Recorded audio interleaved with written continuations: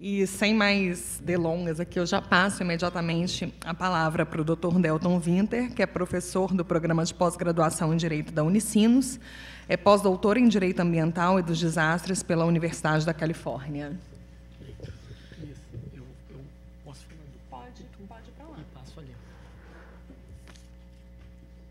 Tem microfone aí?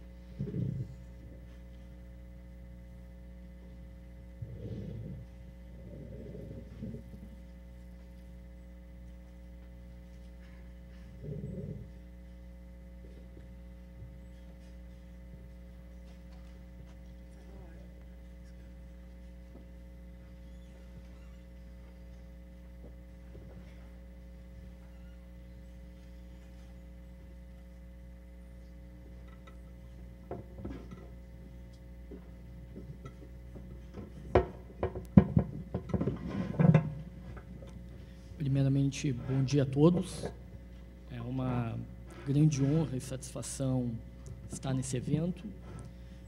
Eu não posso iniciar sem deixar de fazer alguns agradecimentos ao honroso convite da Escola da Magistratura do Rio de Janeiro, na pessoa do Dr. André, do Dr. Elton, da doutora Cristiane Jacot. Eu faço aqui minha saudação a todos. Muito obrigado. E debater direito dos desastres é a possibilidade de refletir sobre eventos extremos, riscos e vulnerabilidade. Eu também não quero deixar de saudar aqui o Sérgio pela brilhante fala que detalha e muito, e também o meu querido colega Gabriel Vedi. E nessas pessoas eu faço a minha saudação introdutória à minha fala. Eu vou falar, o meu enfoque vai ser tomando como mote dois grandes eventos que são Brumadinho e Mariana, e o papel do direito nesse processo. Desastres são produzidos por vulnerabilidades e riscos. Essa é a equação de um desastre. E se eu falo de vulnerabilidade, eu estou falando de um potencial e de uma centralidade enorme para o sistema jurídico. O direito tem um papel determinante na redução das vulnerabilidades e no estímulo e no enaltecimento da resiliência das comunidades afetadas, como aqui já falaram o ministro Herman, o ministro Salomão, e todos os que me antecederam. A era que nós entramos, e isso deve ser confirmado no ano que vem, é a era do antropoceno.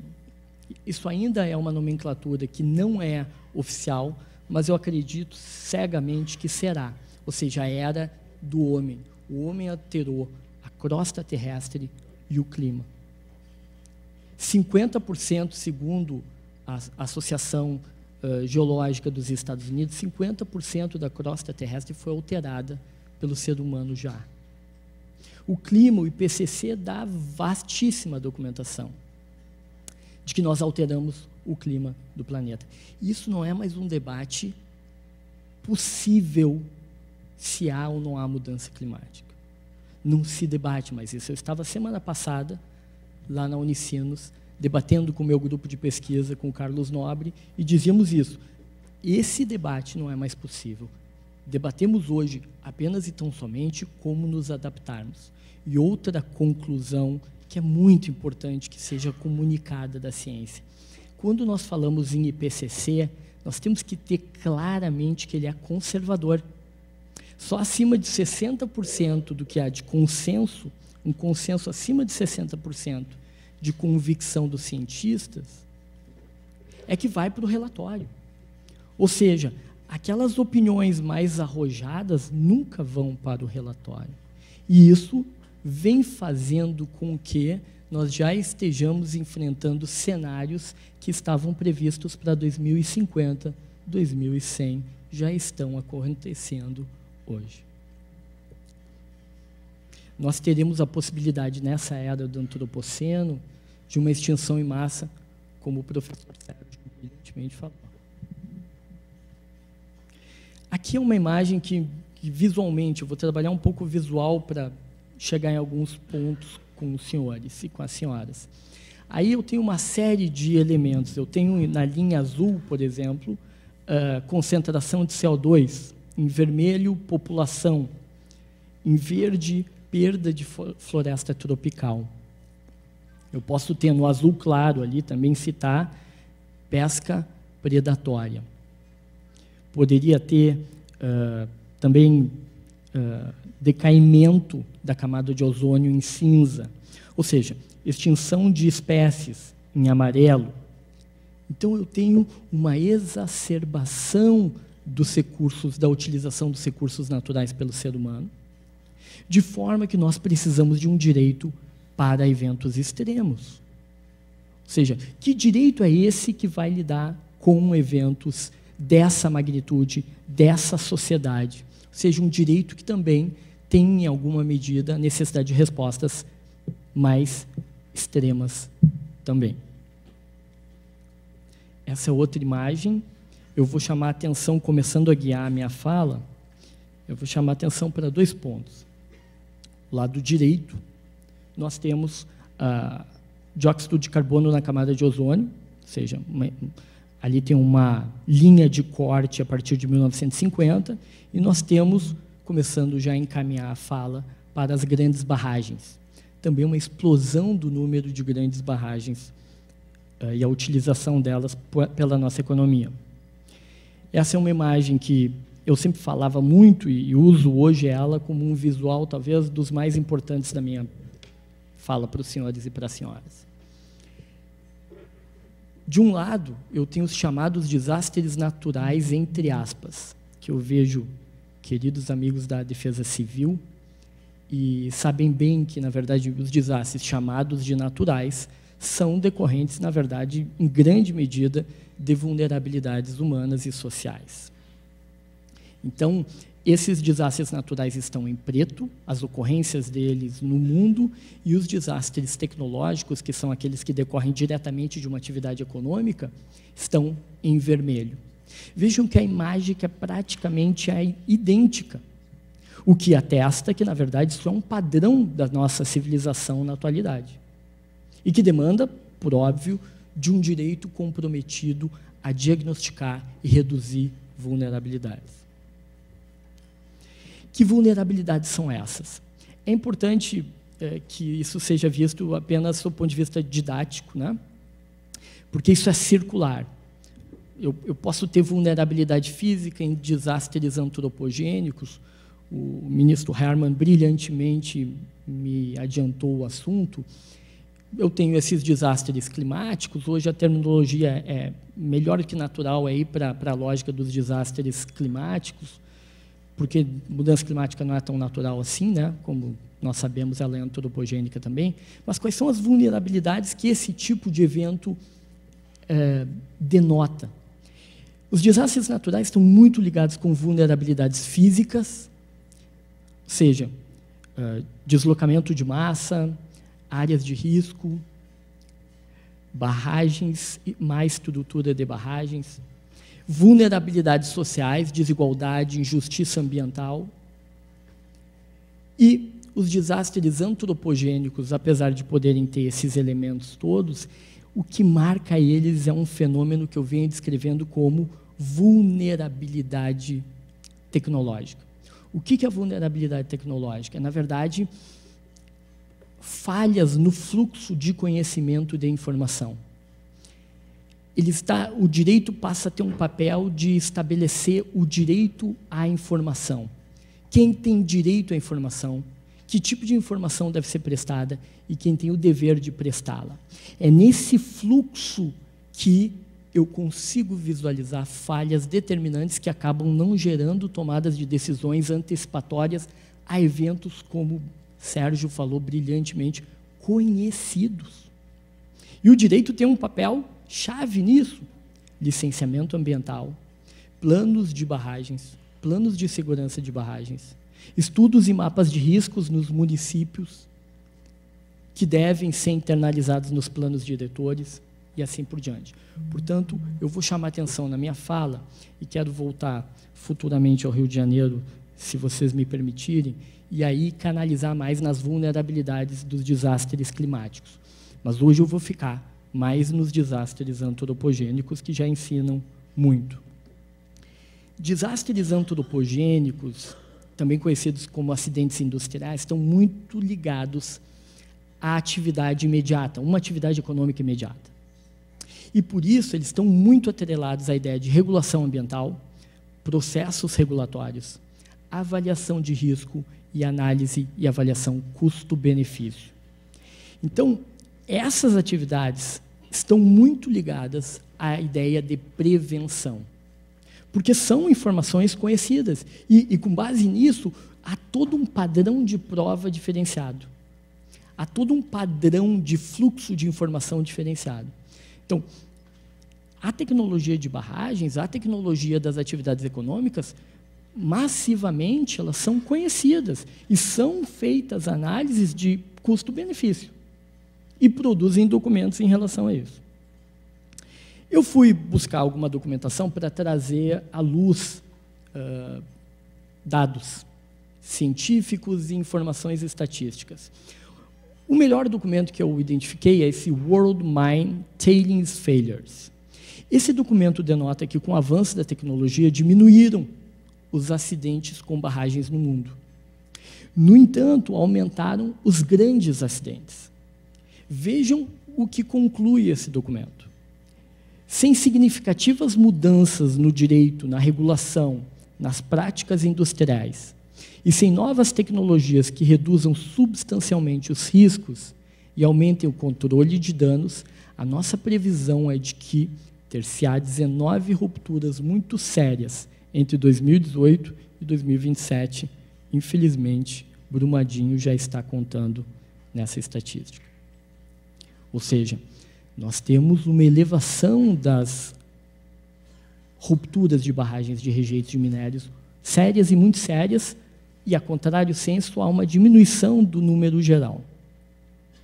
Aí está a imagem desse processo, muito sérias em azul escuro, sérias em azul claro.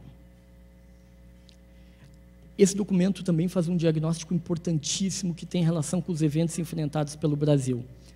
Quais são elas? A maioria dos eventos é pela falta de controle de balanço hídrico, a falta de controle de construção, a falta geral de compreensão das características que controlam operações seguras, ou seja, falta de gestão de risco.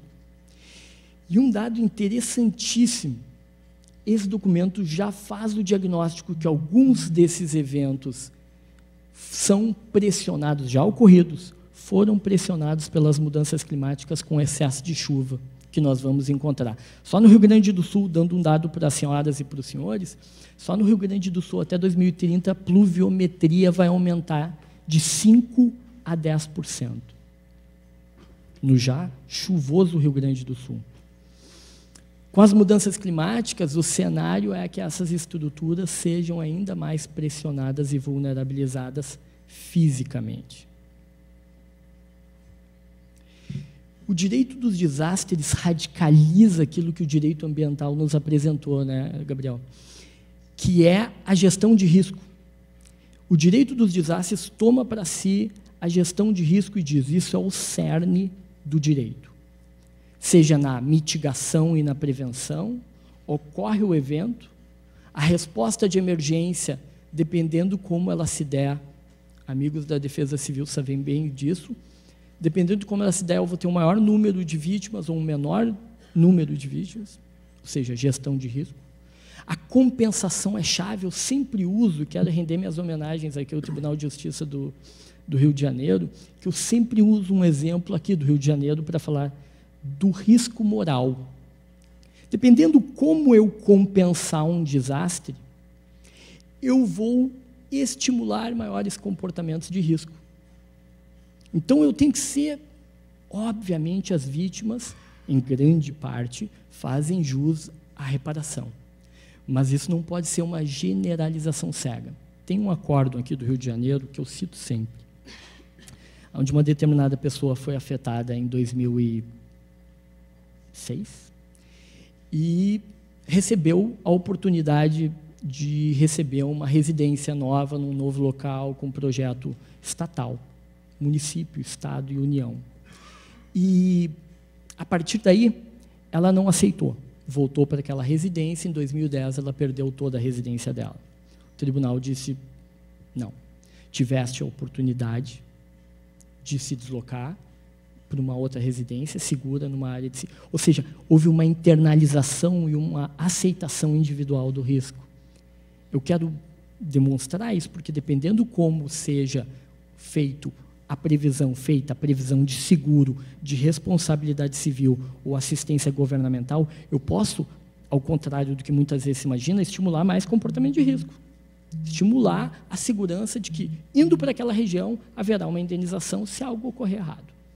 E para muitos de nós aqui, isso não faz sentido, porque nós temos condições.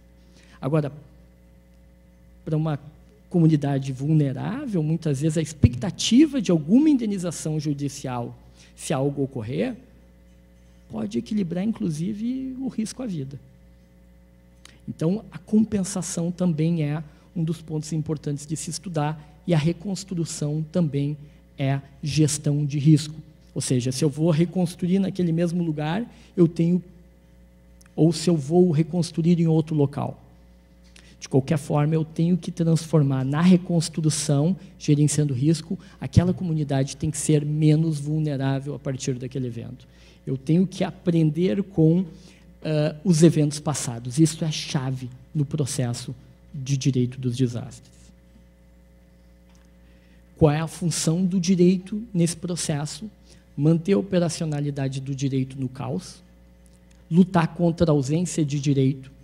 No meu livro eu falo em estabilidade dinâmica. Tem que ser um direito estável, fornecendo estabilidade ao caos e dinâmica, fornecer estabilização e reacomodação das vítimas, promover a identificação das vítimas e responsáveis, reduzir vulnerabilidade futura sempre. O foco da minha fala vai ser em prevenção. Nós temos muito material hoje no direito sobre o pós-eventos lesivos. E eu quero chamar a atenção dos senhores e das senhoras, e do tribunal, e de todos que aqui estão, para a importância da prevenção para eventos que são diagnosticáveis. Essa prevenção é feita por medidas estruturais e por medidas não estruturais. Medidas estruturais é físico, ok? Construções. E medidas não estruturais são estudos, por exemplo, planos de segurança de barragens. São um bom exemplo, ou estudos de impacto ambiental e assim por diante. Entrando na vulnerabilidade estrutural, eu tenho 3 tipos de estruturas de barragens: alteamento a montante, como era o caso de Brumadinho e Mariana, que é a menos onerosa, e também a mais arriscada, com maior número de eventos ocorridos em todo o planeta. E depois eu tenho alteamento em linha de centro e alteamento a jusante, nessa medida, aumentando o custo nessa linha que eu vou e diminuindo o número de ocorrência estatístico também, da esquerda para a direita. Qual é o grave problema estrutural de uma barragem de rejeitos? Ela é construída gradualmente. Eu faço um dique, jogo o rejeito, e depois de 10 anos ela satura, eu construo outro dique, jogo o rejeito novamente. O diagnóstico que se faz na vulnerabilidade tecnológica é que há uma perda do histórico. A equipe que trabalhou no primeiro dique, eu vou chamar assim, na primeira barragem, não é a mesma equipe que vai fazer a segunda, a terceira, Sérgio, a quarta. E vai levar 10 anos de uma etapa para outra, e nós não temos sido bons em documentar nos órgãos administrativos, de manter documentação. Isso é uma tradição nossa. Ou seja, nós perdemos o histórico de informações e de fluxo dessas informações, perdendo o conhecimento das vulnerabilidades estruturais. Diferente do que ocorre, por exemplo, numa barragem de água, num reservatório, onde a construção é feita num ato. E aí eu tenho uma mesma equipe trabalhando em praticamente todo o processo. Quais foram as medidas não estruturais no setor de barragens? Vou falar rapidamente sobre isso. Plano de segurança de barragens. Vejam, tanto Brumadinho quanto Mariana tinham licenciamento ambiental, vasta documentação. Plano de segurança de barragens. Com base na análise de risco desse plano, foi exigido um plano de emergência. E esses planos têm uma dupla função, além de pensar antes do evento, organizar como vai ser a resposta se der tudo errado, no pior cenário. Ou seja, ele é de pós-evento, ele serve para o pós-evento, mas ele é muito importante para a prevenção e para esse fluxo de informação. No caso da barragem Córrego Feijão, por exemplo, esta era considerada de baixa probabilidade, mas alta magnitude, e por isso foi exigido o plano de segurança. Os planos são um documento-chave, inclusive para tribunais. Há uma recomendação, que eu tenho falado muito sobre ela, há uma recomendação número 40 do CNJ, que indica que os tribunais sugere que os tribunais tenham planos de contingência. Isso é uma questão diagnosticada, inclusive em Minas Gerais, o número magnânimo de ações judiciais que surgiram logo após o evento. E o tribunal tem que ter todo um sistema de aprendizagem, inclusive essa recomendação vem a posteriori da região serrana, do desastre da região serrana aqui do Rio de Janeiro, outro aprendizado trazido pelo Rio de Janeiro. Então, eles têm conteúdo científico, uso para gestão pública e privada, e eles têm força jurídica, probatória, documental e assim por diante. O que os planos devem ter? Eu fiz no meu livro um levantamento a partir de diversos documentos do que um plano de segurança, muitos me narravam, não se sabe o que tem que ter um plano dessa natureza. O órgão ambiental não sabe o que exigir, o empreendedor não sabe o que apresentar e há uma insegurança. Então, eu fiz lá no meu livro uma descrição, eu vou chamar atenção para alguns. A identificação dos riscos e das áreas especialmente vulneráveis, a determinação da sinalização de rotas de evacuação, alguém que nunca foi no local tem que estar apto a sair de lá, pelo local mais seguro. Das descrições das lições aprendidas com eventos anteriores. Isso é chave. Depois que eu passo por um desastre, dificilmente eu vou retornar a uma velha normalidade. Eu tenho que mirar sempre na nova normalidade. Uma normalidade mais resiliente, menos vulnerável, aprendendo com os eventos anteriores. Me encaminhando ao final, eu vou fazer a análise a partir desse recorte de vulnerabilidade dos dois eventos. Mariana, todos conhecem. Os números de Mariana, vai ser publicado um artigo meu nos Estados Unidos, na Natural Resources, que é a primeiro journal de direito ambiental dos Estados Unidos, onde em determinado local eu paro e eu estava descrevendo as consequências ambientais, eu paro e digo, se eu não parar agora de descrever tudo o que aconteceu, toda a repercussão ambiental, eu não acabo esse artigo. Então, sob o ponto de vista acadêmico, eu tenho que dizer que há muito mais, mas eu preciso parar essa descrição. Aí estão impactos humanos diretos, impactos ambientais, demais danos. Um dos estudos, ou um dos depoimentos, dá conta do seguinte dado. Existiam 3 cenários de riscos no plano de contingência, apresentados no licenciamento ambiental. Vejam a vulnerabilidade. Eu tinha todas essas informações no processo de licenciamento e nos processos adequados. Só que os 3 cenários previam uma alteração de lama, ou da densidade, ou da velocidade da lama. Mas todos iam até Bento Rodrigues, 2,5 quilômetros. A lama, como todos sabem, chegou a 700 quilômetros. E eu, como jurista e com pouquíssima habilidade matemática, boa parte do pessoal que vai para o direito é porque não teve tanta familiaridade, isso é uma brincadeira, com a matemática. Eu fui fazer um cálculo, uma regra de 3. Inclusive, eu digo para minha filha sempre, olha, isso tu vai usar mesmo sendo do direito. Regra de 3 é importante.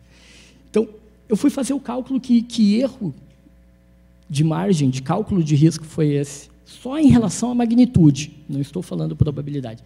Isso é um erro dos 700 quilômetros, Gabriel, para os 2,5 km previsto, de 99,6%. O que me atesta que não houve gestão de risco. Com todas as informações, é que eu quero ser muito claro em algo que eu estou falando no Brasil inteiro. Isso não é uma crucificação A, B ou C. Eu quero mostrar na minha fala que isso é sistêmico. Esses documentos passaram por diversas entidades. Esses documentos tiveram um fluxo físico, mas não geraram risk awareness, consciência de risco. Eles não foram capazes de gerar consciência do risco que estava diante deles. E isso é uma vulnerabilidade tecnológica que nós temos que enfrentar pelo direito. Brumadinho também todos conhecem o evento. Não vou detalhar, até porque o meu tempo, eu devo estar em breve recebendo o cartão vermelho, e assim eu recebo. Eu já fiquei aqui, eu fugi, eu vi que o Bressmer ganhou o vermelho, eu já vim mais à distância para ver se eu escapava dele. Não escapei. Vejam o que Brumadinho nos ensina. A construção e a alocação do refeitório e do setor administrativo foi atingido em 2 minutos. São 1,4 quilômetros de distância que foram atingidos em 2 minutos. Isso é um risco descrito, era de conhecimento, e esse conhecimento não foi capaz de gerar, novamente, consciência do risco. Mas é um risco concreto. Vejam que, nesse caso, não há que se falar em precaução. É prevenção, é mais linear.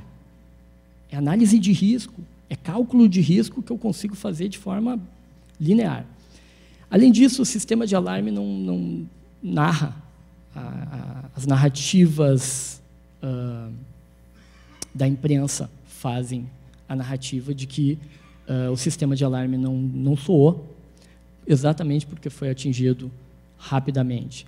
A equipe que tinha a função de colocar em prática o plano de contingência estava nesse local e também foi atingida imediatamente, não conseguindo colocar em andamento a resposta de emergência devida no local. Nós tivemos algum aprendizado, eu acho que isso deve ser dito. Nós temos uma resolução da Agência Nacional de Mineração que já proíbe. No entanto, essa proibição pode levar até 2023 o descomissionamento das barragens no sistema de alteamento a montante.